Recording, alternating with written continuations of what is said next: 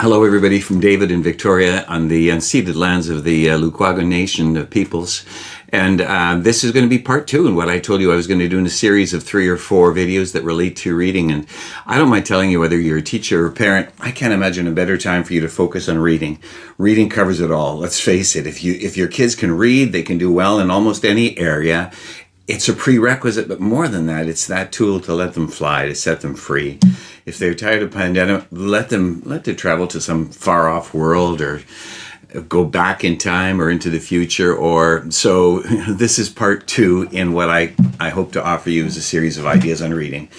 And it goes like this. Kids will read, in part 1, kids will read when they're ready. And you can't force feed them. You can't make them read earlier than they're ready to read. They'll read when they're ready. This is part 2.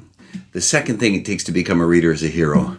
And I want to make it perfectly clear that if you think of why Indigenous peoples have suffered as readers, academically and competitive-wise, do you think that residential schools were conducive to reading? Of course they weren't.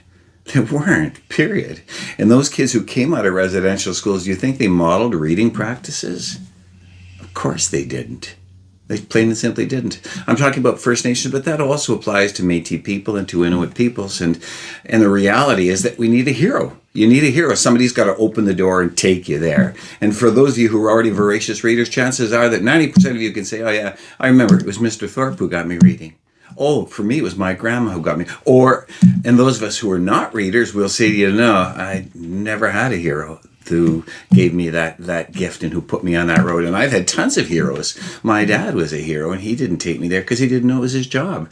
Monsieur Dias was probably one of the best teachers I've ever known, and Monsieur Dias could have got me reading like that. But no one said to him, David's not a reader. And if you start to read and he sees you read, he's going to want to be like you. So let me say this. Everybody wants a hero. So put on your hero hat. Forget the curriculum. Put on your hero hat and talk to your kids about reading. Hey, this is what I'm reading. Model it for them. Read them something that you love and let them see that love in you. Suggest to people around you what they might want to be reading. What have I been reading? Form a reading club within your e-schools. Reading needs a hero, and it's as simple as that. I dropped the ball with my sons. I was their hero, and I didn't know. I thought that teachers, principals, that somebody else would do it. I didn't know. And the answer to that is I dropped the ball.